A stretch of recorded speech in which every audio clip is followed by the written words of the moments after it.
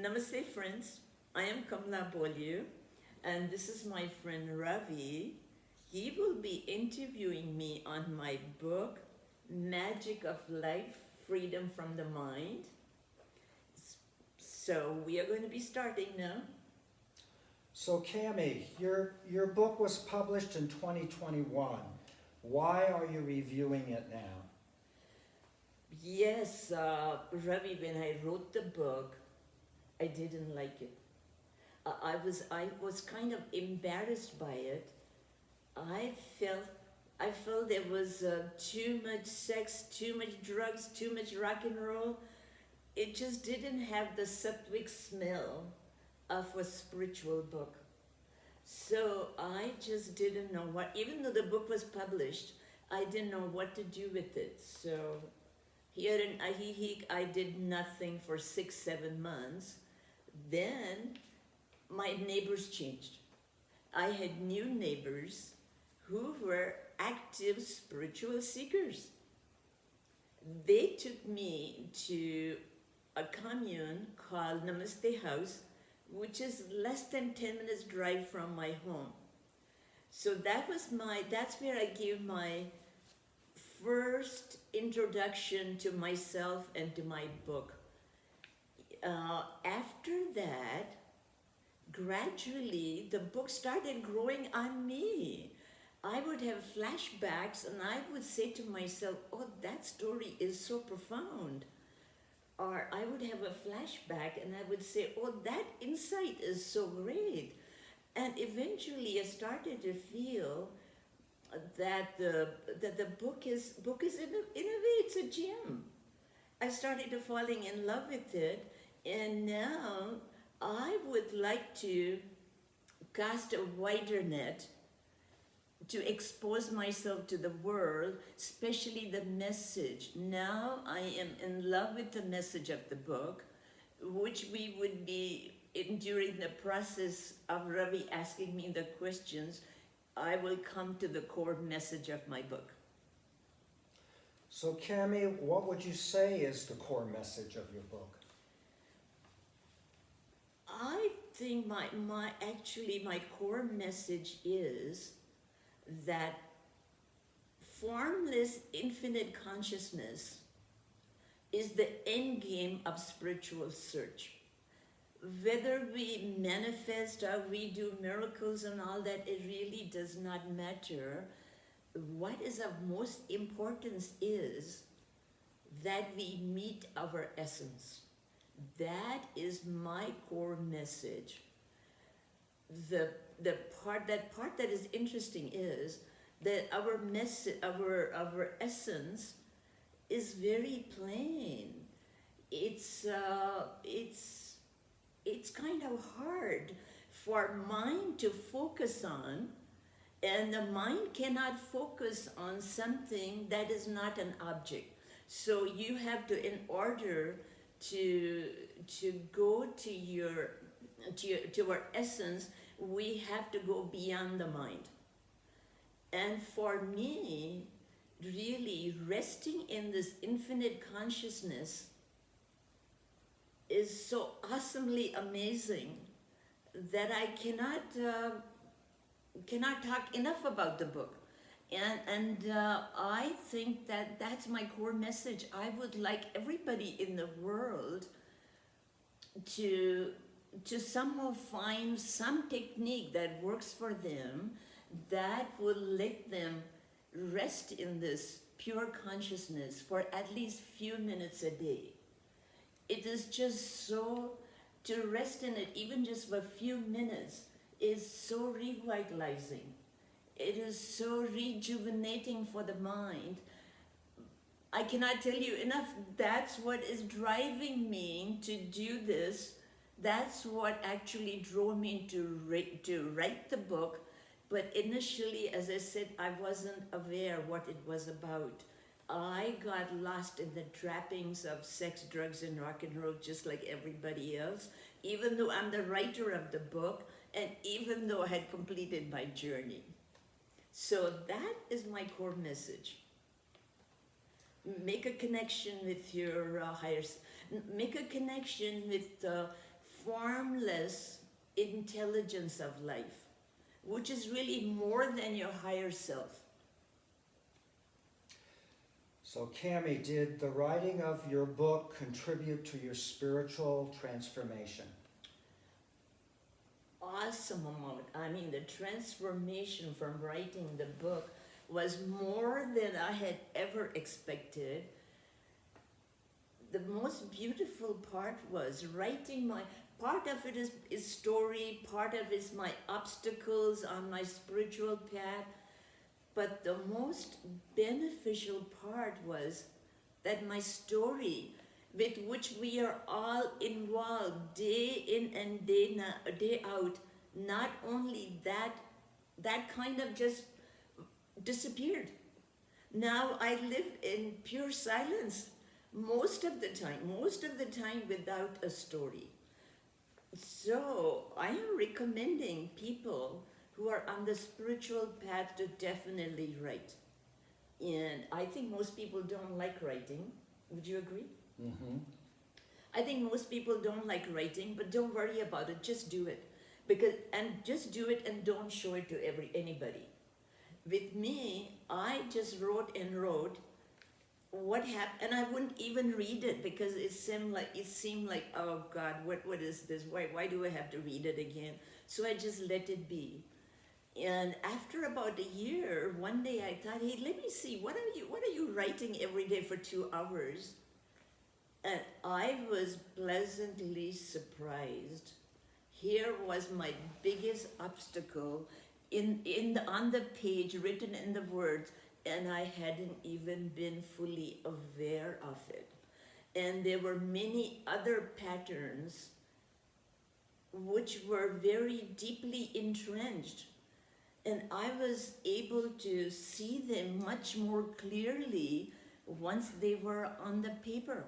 So the transformation the writing did for me, I would say, was, I can't put a value on it.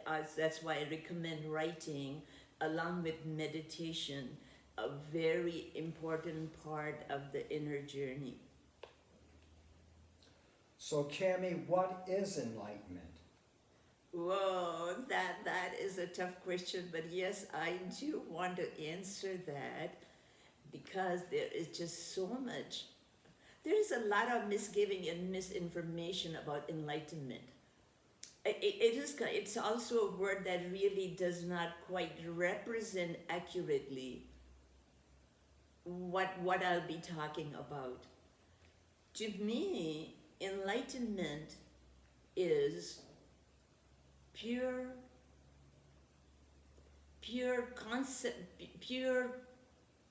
consciousness, free from all thoughts, free from all words. So when the sages tell us that you are already enlightened, believe it. You already are. That's your essence. So enlightenment is your essence. So if you're alive, that essence is there. So when they are telling you you are already enlightened, yes, you are enlightened. But the whole thing is that does not serve you just to know I am enlightened. Oh yes, I am pure essence. That's only concepts for you. That won't work. It's only when you realize who you are for yourself, rather than me telling you. When you realize, then the whole thing works like magic. It works like charm. So you have to figure out for yourself that indeed I am enlightened. And these sages are right. So what happens in the enlightenment is your mind has become very quiet.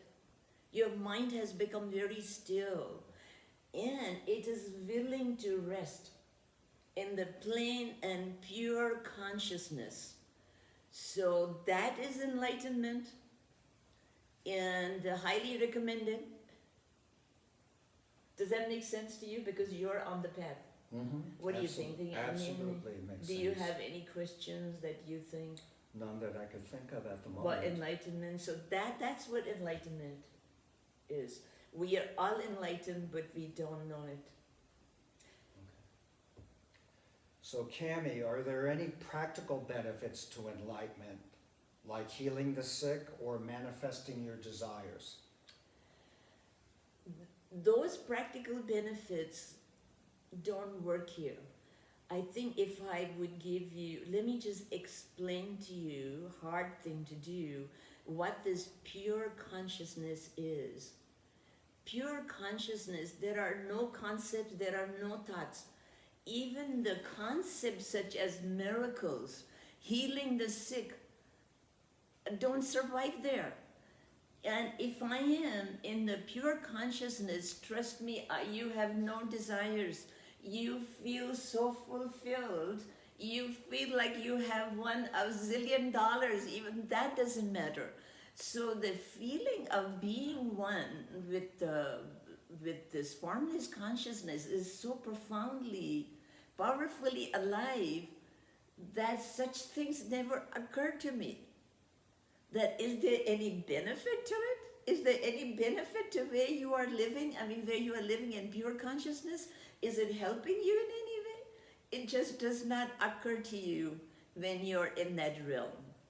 It's only when you are with people, they say, what is the benefit of it?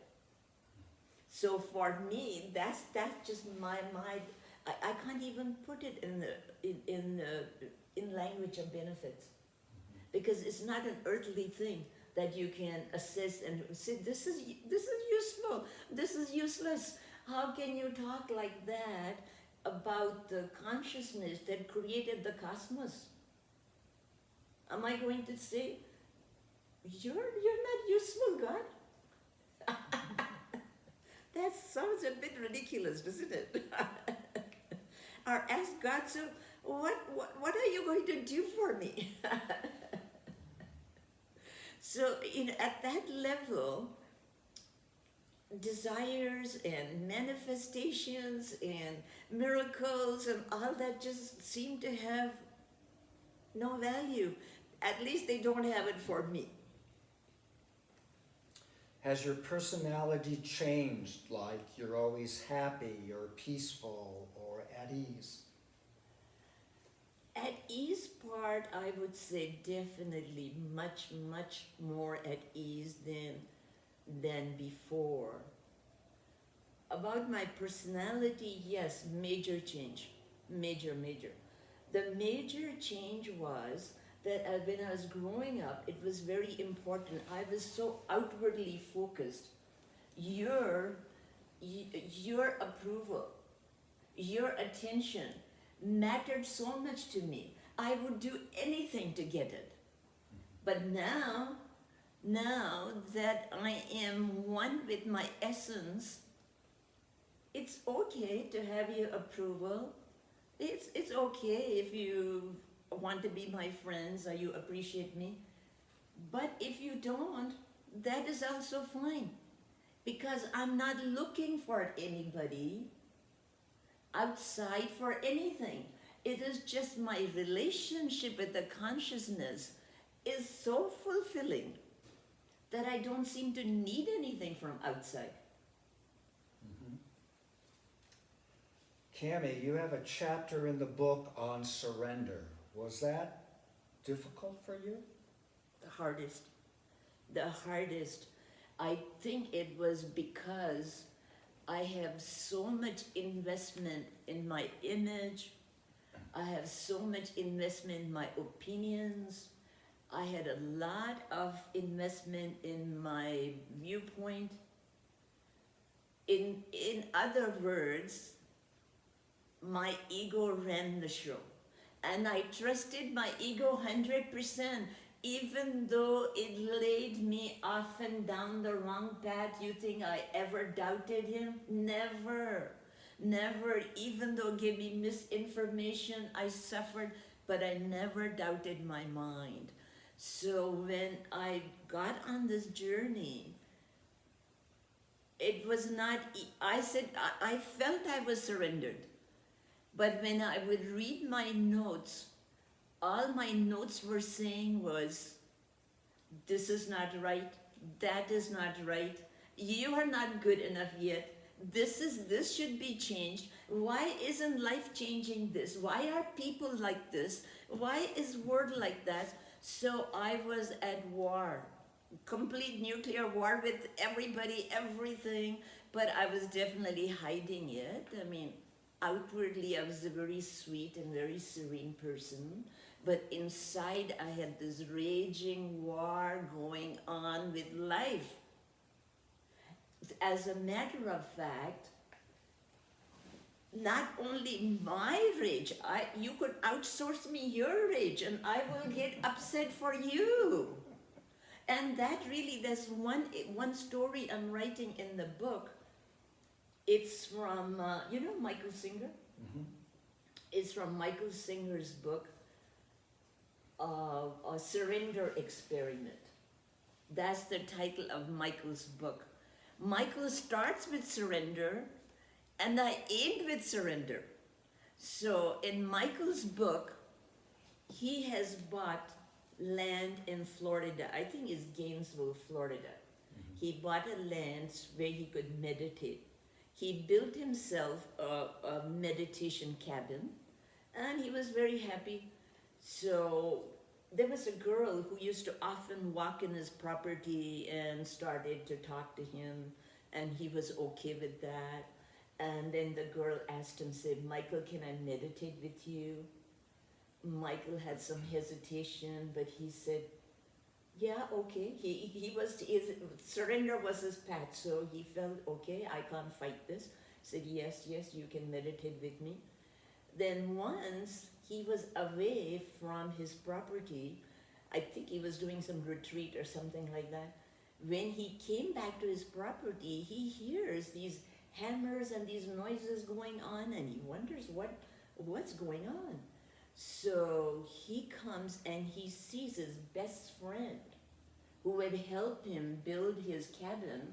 His best friend is helping this girl who had asked him whether she could meditate with him.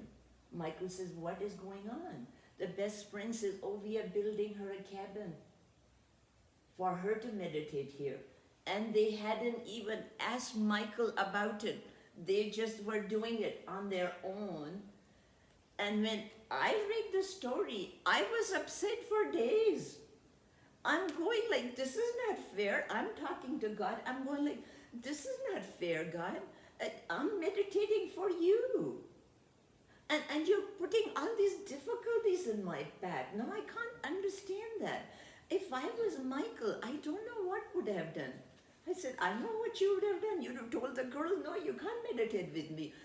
And I would have said, I would have been so upset with my best friend. I said, and you did that without asking me?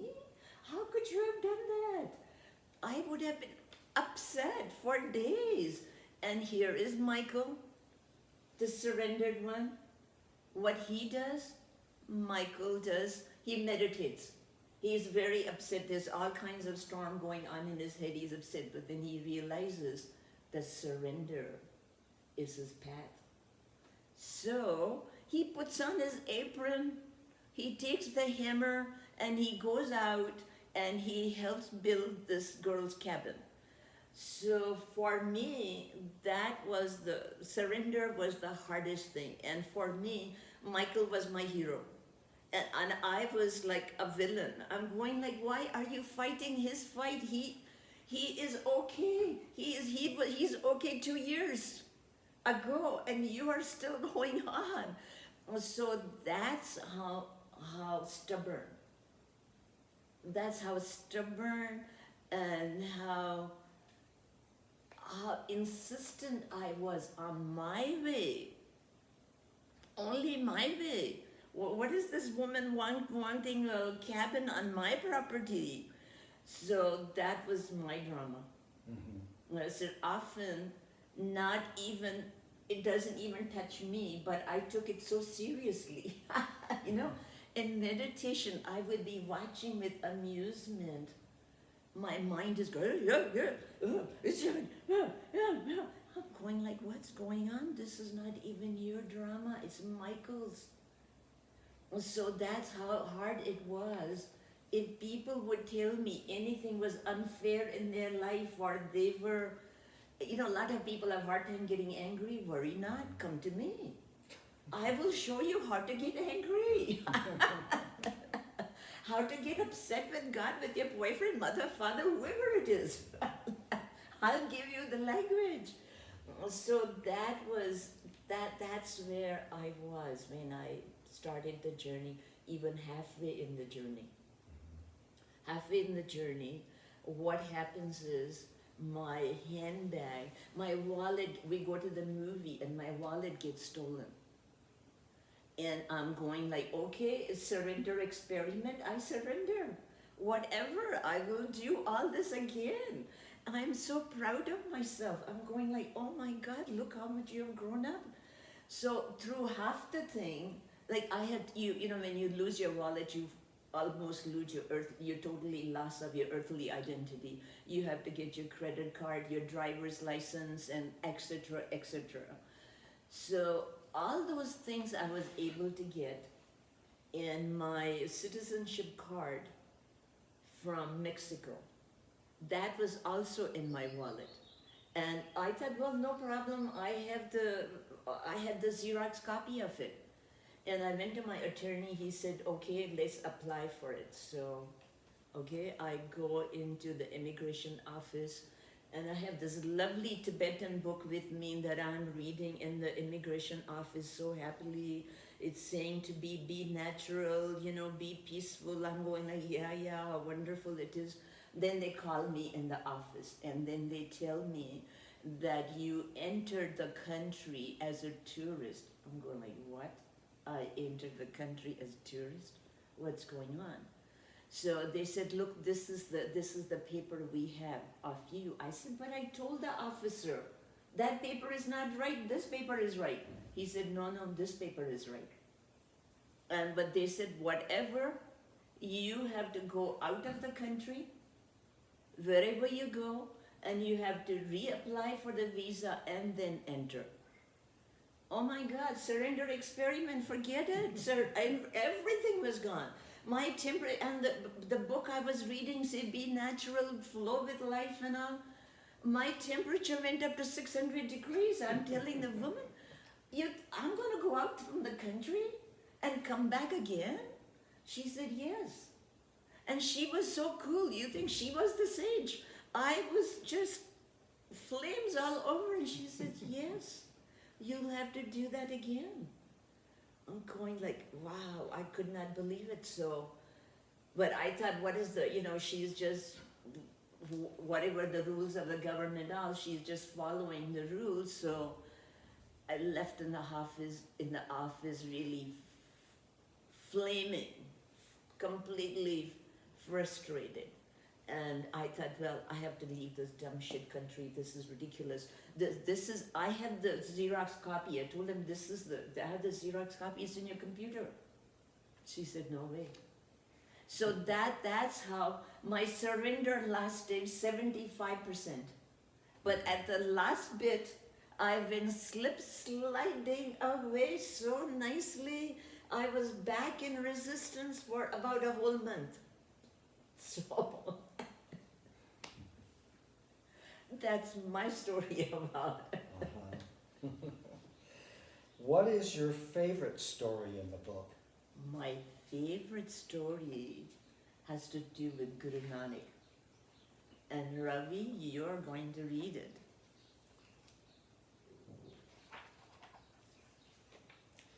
Guru Nanak, accompanied by his disciple, was resting under the shade of a flowering tree.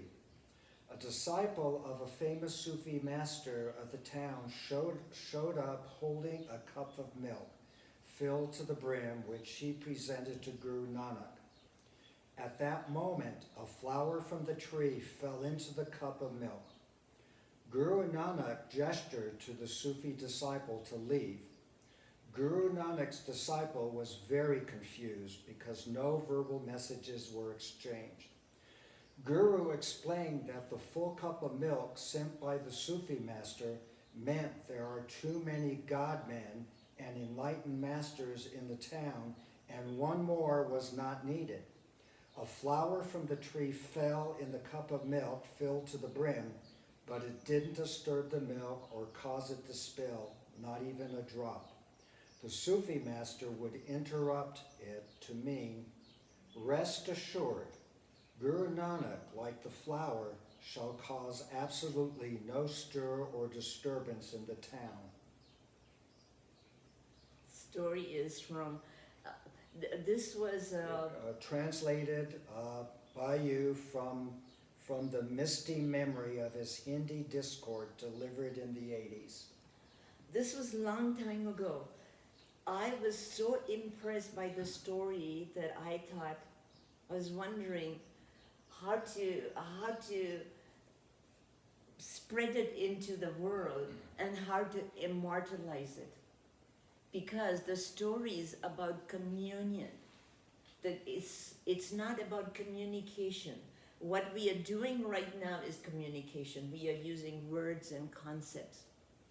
But look in the story, not even one word was exchanged.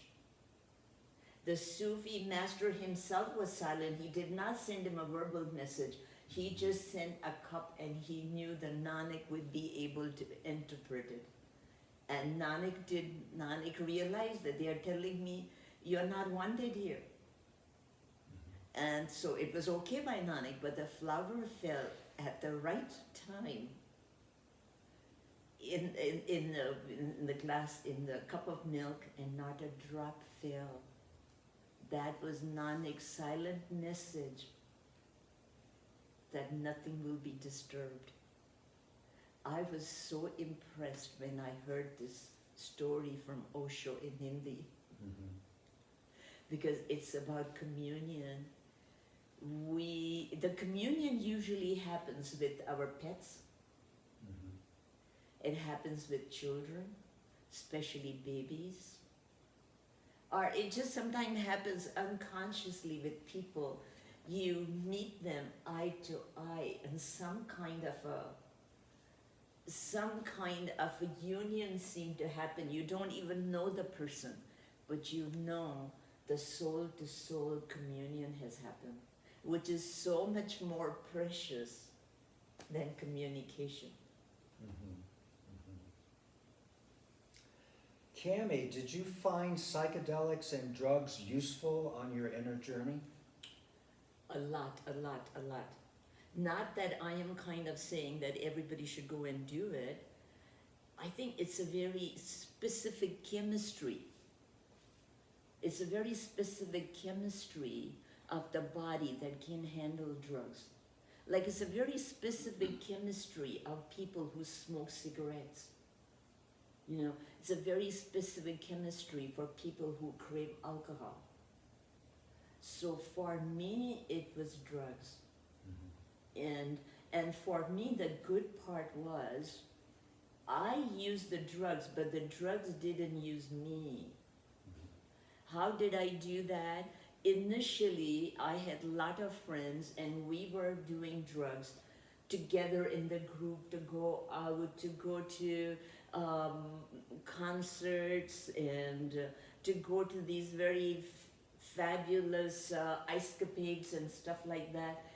Because you notice one thing on LSD, your senses, your perception gets cleaned.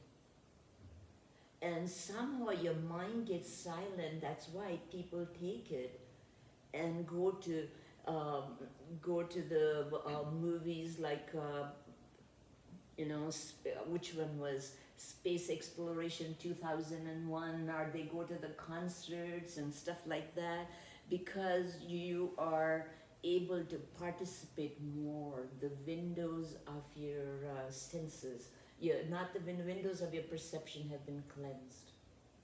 So for me, and that's the, you remember his book, Being Here and Now? That's the glory of drugs, isn't it? They bring you into here and now. So according to me, not that I'm a neuroscientist, I'm just speaking of that from my own experience. I think prior to drugs, I was heavily identified with my ego, which lives in the left brain. Okay. The way I felt that the drugs right away shifted my attention to the right brain, which is more passive, receptive, more artistic, holistic.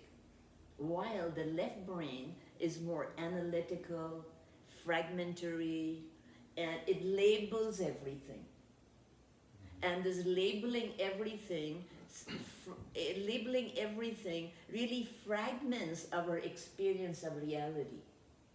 So the world became where the world was completely flat for me before LSD, the world became so alive. I mean, the plants would be looking at me, would be talking to me.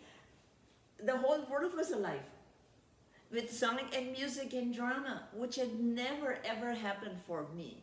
So that was a very, very important part, and it has still stayed with me, and it has been enhanced. It has been greatly enhanced.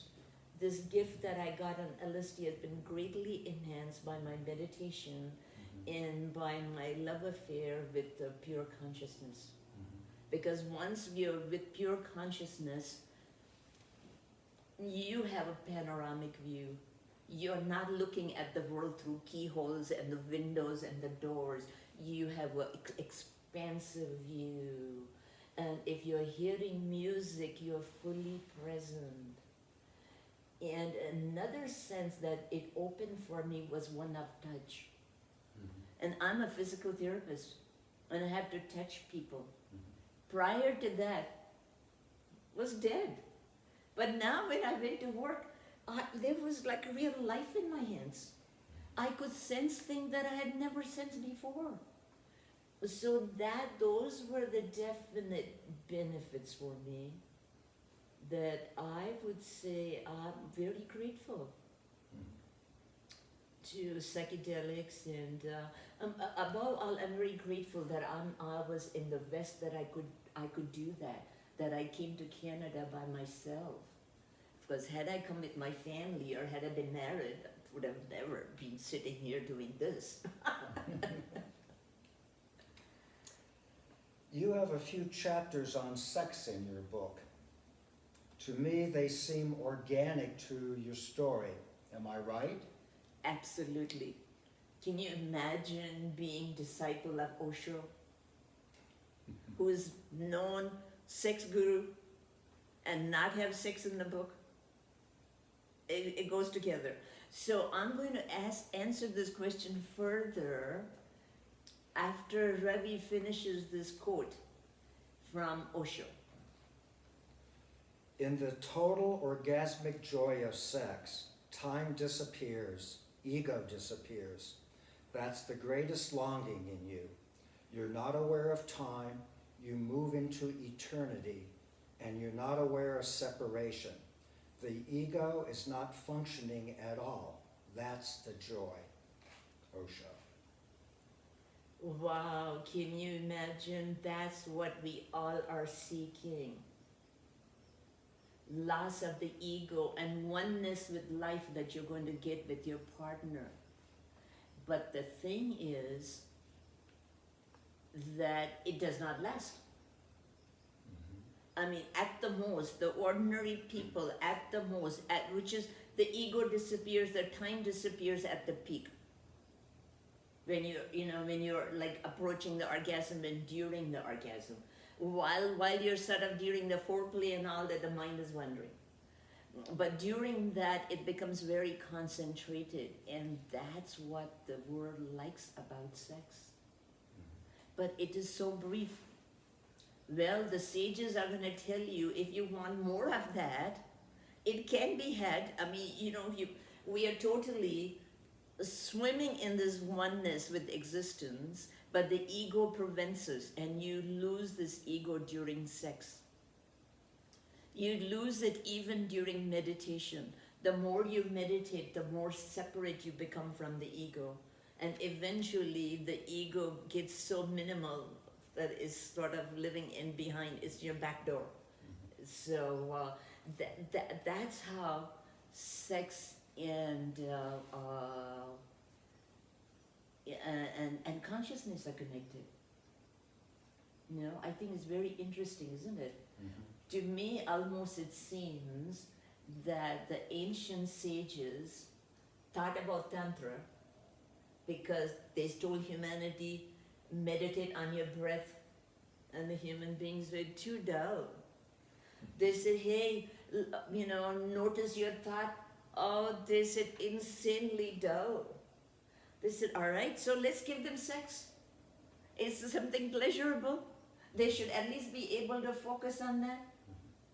But that also is no cakewalk, because it lasts only a few minutes, and nobody after sex goes, hey, I want this to last longer, so I'm going to go and search how I can make this orgasmic feeling last longer. So nobody does that, so I don't know. That's my opinion. So Cami, can you talk about the magic of life, which the title of your book implies is the result of freedom from the mind? Yes, freedom from the mind means that I am resting in limitless consciousness most of the time. I think I said it before. The result of that is that this pure consciousness is vast. And so my views are very panoramic. Before, they used to be a little, the labeling of saying this is a tree, this is a plant, this is a table, labeling that is constantly going on in our mind fragments the reality. It looks like you're looking at the vastness through a keyhole, or you're looking at the vastness through a window. So to me, that's the magic, that I look at the world, I hear the world, and when I am listening to people, I'm just listening with I'm not listening actually, the consciousness is listening through me, because the ego isn't there anymore. So that's the magic part. And also the magic, another magic part is that life is very sensuous. And we somehow don't seem to think that. I have a quote here from Marilyn Monroe, made in USA. Okay, here is the quote. We are all born sexual creatures. Thank God.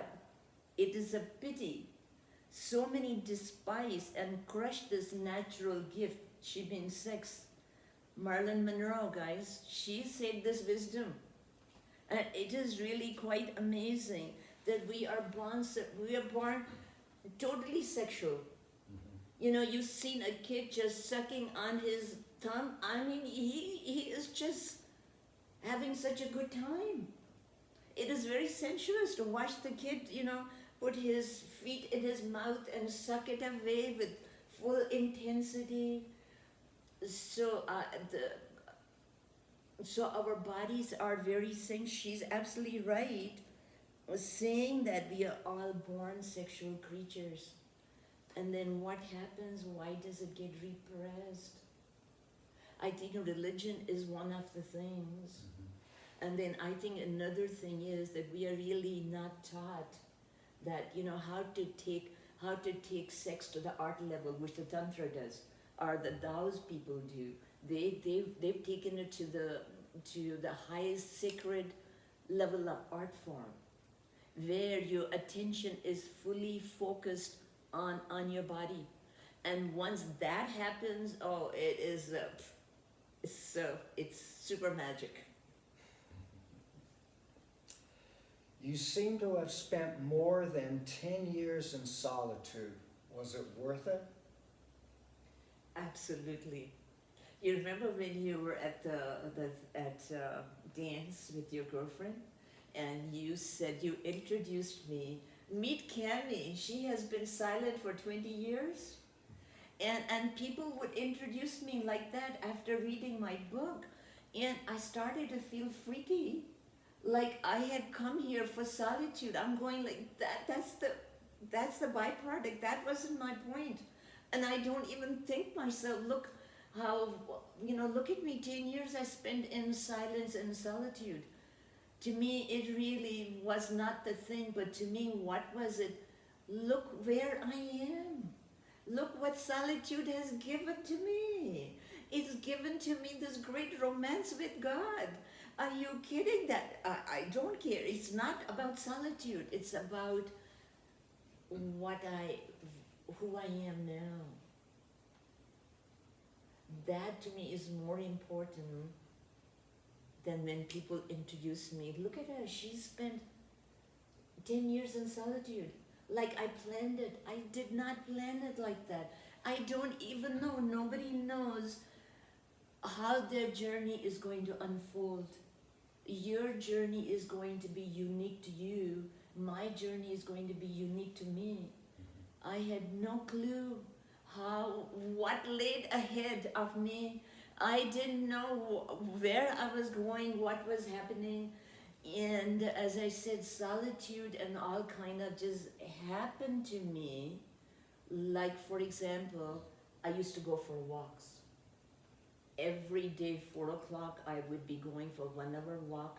Then I would go in the pool downstairs for a swim. And then I would come home and have my shower and start my meditation, etc., etc. But but obviously life didn't want me to do that. So I had one fall, I thought, what the brush myself in for a walk again, I did hurt my neck, but it wasn't anything bad. So I went for a walk. Then after a year or two, I had another fall. This time nothing big again. I had a crack fracture of my wrist, but it had to be put into some kind of a support. So I couldn't bathe myself. I couldn't even tie my shoelaces for a couple of days. So I stopped going for walks. I stopped going for a swim. And afterwards, when my wrist was healed, I went to US to visit my family for a while. When I came back, I didn't want to go for walks. I didn't want to go for a swim. So what happens was my solitude became even deeper. And I didn't even realize it, that's what was happening, right? It's only later on I'm going like, oh my God, I'm completely out of touch with the world. I don't have any friends. I'm not doing anything except meditating, smoking, or just pacing in my house. What's going to happen to me? So that's how my solitude started bit by bit. Like I used to watch a little bit of TV, that was taken away. So and the movies were taken away. So I wasn't doing anything that most of the world was doing. I seemed to be walking in the direction opposite to the entire world, which actually caused a lot of anxiety initially in me. I thought, and the anxiety would come out in the form like, what's going to happen to me? Am I just going to die like that here? How am I going to get out of this? What should I do? But the whole thing was, these thoughts would gang up on me only maybe, let us say, every 6 months, then maybe after a year. Because most of the time, I was in perfect peace, almost bliss. But I still had these thoughts, and I still had a thought that if I don't have a thought, I won't be able to function. What if I'm sick? And I say to myself, it's a thought. Don't do anything, it's only a thought. So, but they were all thoughts that were simply driving me crazy. And at the time, you can see them. You go like, well, this is a very wise thought. It's interested in my survival. And somehow it doesn't seem that life is interested in my survival. So eventually you start to see through the fakery of these thoughts. and then they don't come. You go like, okay, the first time when it happened, like I'm crying, oh, poor me, what's going to happen with me? And then the thought disappeared. And then the whole feeling was cleared, and I'm in bliss, happy, doing my things completely at ease. And then the thought will come after a year again. Mm-hmm. And I would be, I would know what to do except to say, yes, you are right. You're so right. Mm-hmm. 5 years have passed, nothing has happened. We don't know how many more years are going to pass. You know, you're right, I'm 77. How is this going to work out? So yes, that's how in solitude, the loneliness requires two, okay? Aloneness does not require two. So once I saw that it was loneliness, that I was missing the other, that disappeared. Mm-hmm. And then whenever I would have any anguish, I would read this from Rumi. This saved my insanity, folks. Rumi says, whenever you're alone, remind yourself that God has sent everyone away so that there's only you and Him. Mm-hmm. It was not hard believing the thought, because most of the time I was one with God. And was only occasionally I would say, but God, I can't take you with me to the restaurant. You know, I wouldn't be, you know, there's an empty chair. I cannot order a meal for you. I can't be saying, how are you? Are you enjoying your meal? I can't, but I do need somebody. But it was like God decided, no, not till you have finished your book. So that's when the whole life changed after the book was published. Uh-huh. Well, Cami, it's been amazing hearing about your book and your spiritual journey. How can people find out more about you and your book? The book is on Amazon. Okay. And my name is Kamla Bolyu, and I can be contacted at kamlabolyu@gmail.com. Send me your questions. I would be happy to answer them. Thank you for your time and attention, and namaste.